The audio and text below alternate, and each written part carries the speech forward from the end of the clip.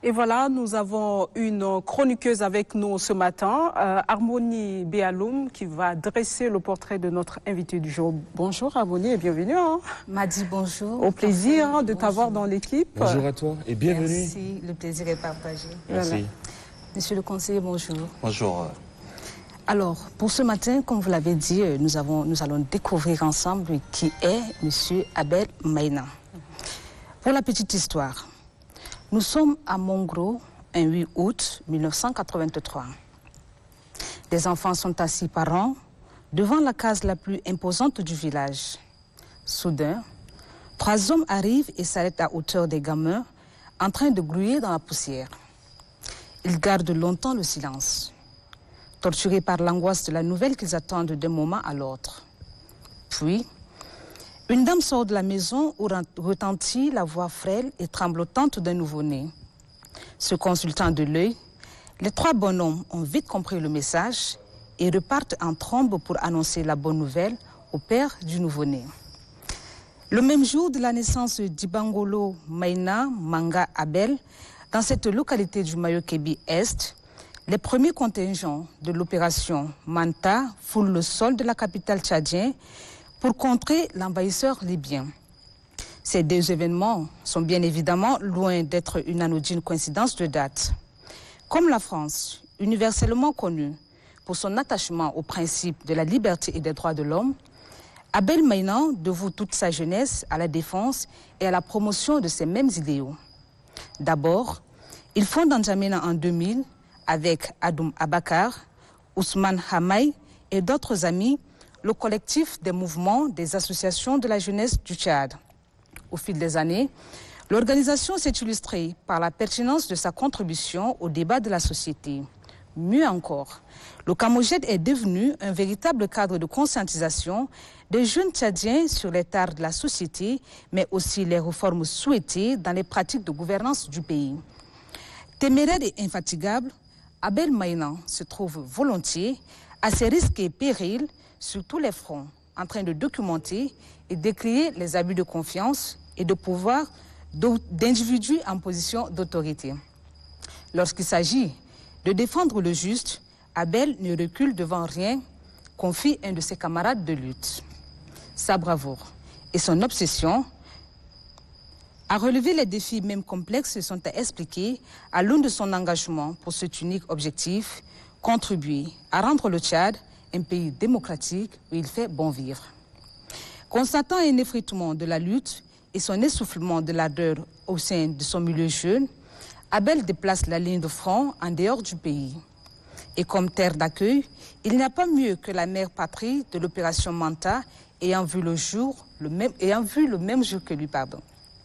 À Paris, il retrouve son terrain de prédilection, celui de dénoncer les atteintes aux droits de l'homme et la mauvaise gouvernance. Abel et ses messages vont enflammer très vite la toile pendant plusieurs années. Il devient ainsi l'activiste le plus percutant que le pays ait connu, jusqu'à une date récente, à en croire une personne très familière avec le milieu des activistes tchadiens. Il s'est toujours signalé présent dans les mobilisations citoyennes contre la gouvernance au Tchad, organisées tantôt au Trocadéro, la place Henri Langlois ou avenue Foch à Paris, tantôt à la place du Premier Noir à Villefranche-sur-Saône, à Lyon précisément, ou encore à Grand Palace à Bruxelles et à New York. Abel Maïna ne rate aucune occasion pour ratisser encore large lorsqu'il s'agit de défendre la cause du peuple tchadien. Accompagné de Claude Siard, activiste et célèbre animateur à la RFI, Abel est allé porter la voix de ses compatriotes détenus en Libye à Alpha Condé, alors qu'il était président de l'Union africaine de passage à Paris. Puis, à Washington DC, il a réussi à prendre attache avec des parlementaires américains pour les briefer sur la gouvernance au Tchad. Après la mort tragique du maréchal Idriss Déby Itno, il décide de rentrer au pays avec quelques amis de lutte en répondant à la politique de la main tendue du président de la République, Mahamat Idriss Déby Itno. En juin 2022, il est nommé conseiller chargé de mission du Premier ministre, chef du gouvernement. Wow. Première réaction? Je regarde l'invité du jour, Ouais. en fait, je l'observe. C'était Monsieur vous Abel. tout à l'heure? En tout cas, c'est chaud au cœur. Je tiens vraiment à remercier la personne qui a dressé ce portrait, c'est quelque chose à vraiment saluer. Et de passage, à chaque fois quand on prononce le nom de quelqu'un qui m'est très cher, ça me fait frissonner surtout. Votre père, c'est ça? Pas mon père, mais mon ami, mon frère de lutte, Oui. Adouma Bakar Moustapha Maloumi, Oui. qui a trouvé la mort tragiquement, a été assassiné. Et nous traversons en ce moment une période aussi difficile. Quand j'entends son nom, ça me fait frissonner, même si cela fait déjà bientôt 17 ans qu'il a été assassiné, froidement ici à N'Djamena, par un officier des forces de l'ordre. Ça me fait frissonner toujours. Mais c'est un très bon portrait. Et je ne savais pas que j'étais né le même jour que le lancement de l'opération Mantar. Merci beaucoup. Merci. Tout le mérite revient à Harmonie Béaloum. Merci beaucoup. Merci pour ce portrait. Alors, pour décortiquer tout ce que vient de nous raconter notre chroniqueuse Harmonie Béaloum, c'est un parcours d'un activiste acharné qu'on vient de découvrir. Est-ce que c'est déjà de l'histoire ancienne, maintenant que vous êtes conseiller à la primature, ou vous demeurez activiste dans l'âme? Certaines personnes aiment à le dire ou à nous taquiner en disant activiste désactivé. Mais quand une chose est désactivée, ça ne veut pas dire que la chose est supprimée. Ouais. C'est juste que la chose est mise en pause pour un temps et ça peut se réactiver à tout moment.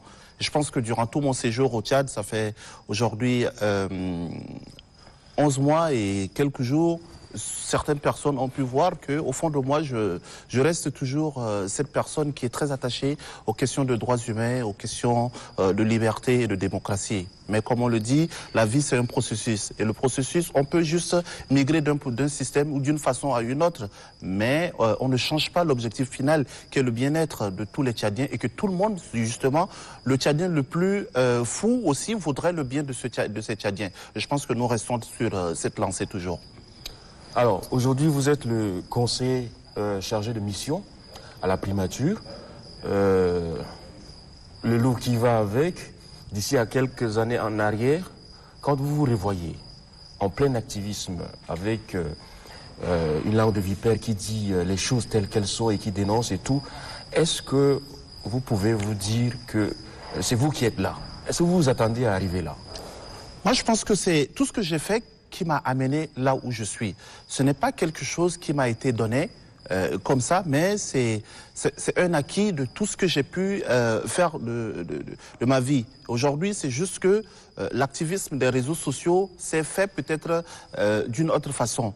C'est-à-dire, il n'y a pas une meilleure place qu'aujourd'hui d'être à cette place-là et pouvoir murmurer tout ce que nous disions avant sur les réseaux sociaux, aujourd'hui de les murmurer à voix basse à nos dirigeants, à leur dire il faut faire ça, il y a des choses, remonter un certain nombre d'informations également. Et ça, ce sont des choses qu'avant, nous le disions sur les réseaux sociaux, en fait que les autorités puissent écouter le cri du peuple. Aujourd'hui, nous sommes à même de dire directement à ces autorités-là, parce que quand on écrit sur des réseaux sociaux, où on dénonce à la place de Trocadéro ou bien à New York, ou que ce soit, c'est pour que les autorités nous suivent mieux, pour qu'ils écoutent et qu'ils mettent en place ce que nous disions, ce que nous dénonçons. Aujourd'hui, nous sommes à leur côté, nous essayons de leur parler directement, que d'utiliser les canaux qui sont les réseaux sociaux.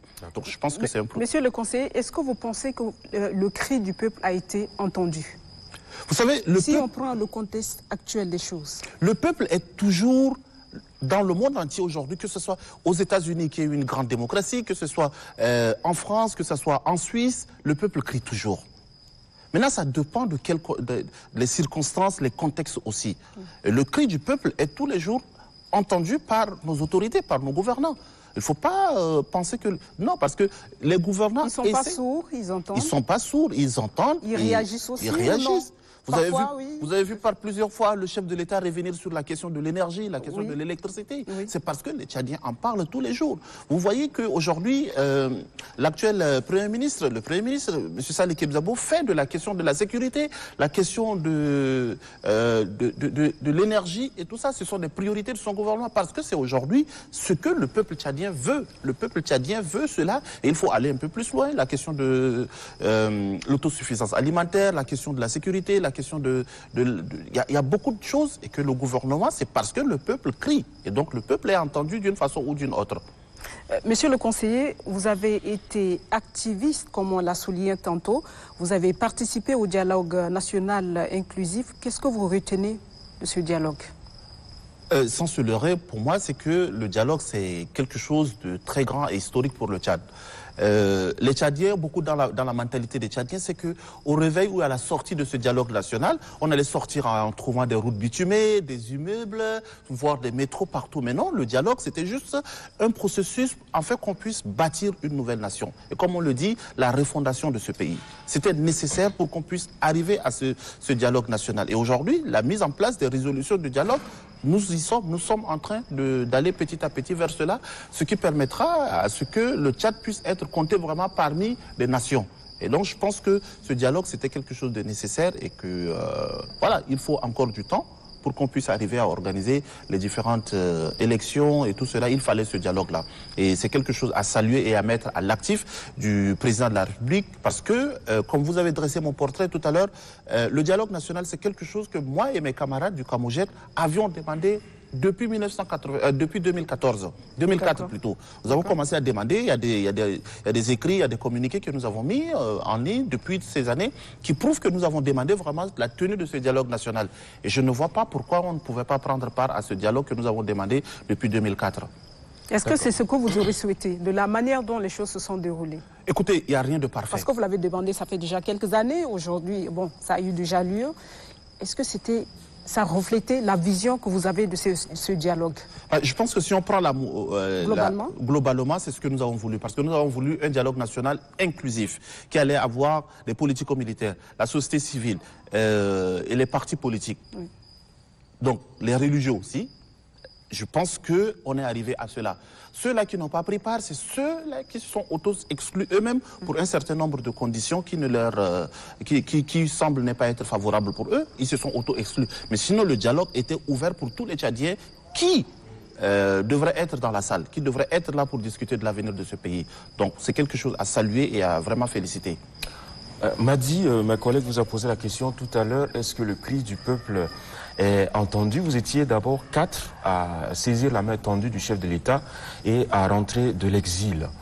Aujourd'hui, autour de vous, au quartier, à la maison, est-ce qu'il n'y a pas ce sentiment-là de trahison du peuple quelque part?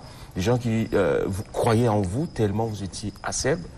Est-ce qu'il y a des gens qui viennent vous le dire en face?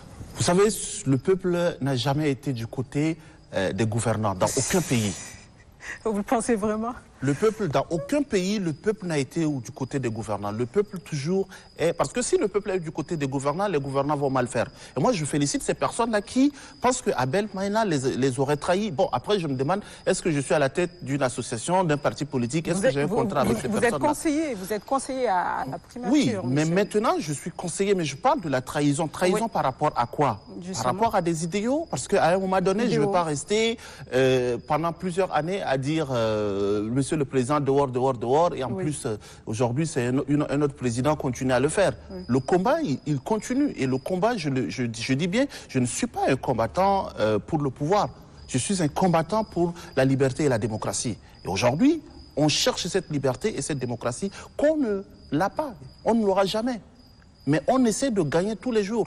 Et nous sommes, comme le changement, on le dit, le changement, ce n'est pas quelque chose qu'on décrète. Le changement, c'est quelque chose, c'est un processus, il faut du temps. Oui. Et aujourd'hui, personne ne dira qu'il n'y a pas le changement au Tchad. Quels sont les progrès?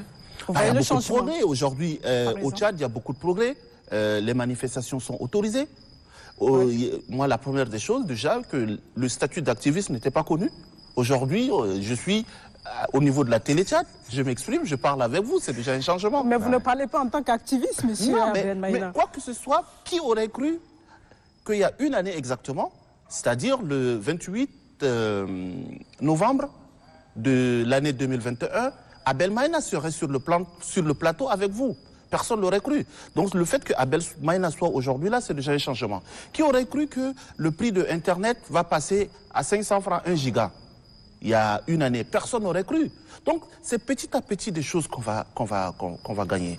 Donc je pense qu'il ne faut pas se leurrer, il ne faut pas penser que nous voulons ça et que ça va arriver. Il faut du temps, petit à petit. Qui aurait cru que Salih Kebzabo serait Premier ministre? Vous êtes à l'aise dans votre poste de conseiller à la primature aujourd'hui, tranquille, tout se passe bien, aucune menace, pas de peur au ventre que certaines personnes vous attaquent par rapport à certains propos tenus? Pas d'inquiétude? Pas d'inquiétude? Non, je ne pense pas parce que je n'ai pas du tout peur que quoi que ce soit m'arrive parce que moi je suis pas un religieux mais je suis quelqu'un qui croit au destin. Chacun a un destin. S'il s'avère que je vais mourir d'une façon ou d'une autre, ça va arriver. Quoi que je fasse, quoi que je puisse avoir comme protection ou système autour de moi, la chose va m'arriver exactement comme ça a été prédit. Donc je ne crois pas que... C'est pourquoi j'ai pris mon courage, j'ai dit je viens dans mon pays. Je viens au Tchad. Je ne sais pas vers quoi je vais, mais ça va arriver. D'accord. Il y a des personnes qui meurent en France, il y a des personnes qui meurent aux États-Unis, il y a des personnes qui meurent partout. Donc pourquoi pas moi? Monsieur le conseiller, moi j'ai envie de... La régie nous tape dessus, là on dit qu'on a épuisé déjà les minutes, mais pourtant, on va lire très rapidement. Tellement de questions. Très rapidement peut-être. La lutte c'est une vision. Quelle est la vision que vous avez du Tchad? Franchement, je vais profiter de cette occasion pour passer un message. Je suis arrivé dans un pays avec beaucoup de projets, avec beaucoup d'initiatives, beaucoup de choses où je me dis que on va aller vers ça parce que j'ai eu la chance de visiter quelques pays dans le monde. Oui. Mais aujourd'hui, le Tchad, je ne sais pas si nous avons une vision pour le Tchad. De tous les côtés. Il faut une vision. Personne, parce que j'ai côtoyé des gens, j'ai côtoyé des autorités, mais la vision aujourd'hui que ont de façon globale les Tchadiens et nos autorités, c'est peut-être une vision d'une année. À court terme, oui. À court terme, personne n'a une vision d'un Tchad futuriste, un Tchad où les gens auront Internet partout, gratuit, un Tchad où les gens vont avoir des routes bitumées, des autoroutes, tous ces trucs-là. La seule vision que les gens ont aujourd'hui de ce Tchad, c'est comment garder son poste ou comment garder le pouvoir. Et ça, c'est malheureux. Ouais. Et pour cela, je pense que le chef de l'État doit s'entourer des personnes qui peuvent l'aider à avoir une vision futuriste d'un Tchad nouveau, d'un Tchad de peut-être 40 ans, parce qu'on ne leur demande pas un Tchad de 10 ans au fait. D'accord. Il faut une vision d'un Tchad de 40 ans, de 50 ans. C'est important. Moi, je réfléchis un peu comme lui aussi. Chaque fois, je me dis, il faut se projeter dans l'avenir. Ça ne sert à rien de réfléchir à court terme. Merci beaucoup. Tête baissée surtout. Tête baissée, pourquoi? Il faut relever la tête. Sans vision, on a un désert, Non, mais il faut regarder. Moi, je préfère regarder quand même en face. D'accord. Monsieur Abel Maïna, vous êtes conseiller chargé de mission à la primature. Merci d'avoir accepté notre invitation. Merci beaucoup. J'avoue qu'on aurait aimé aller plus loin que ça, mais bon. On aura l'occasion, peut-être. Très bientôt. Merci d'être venu.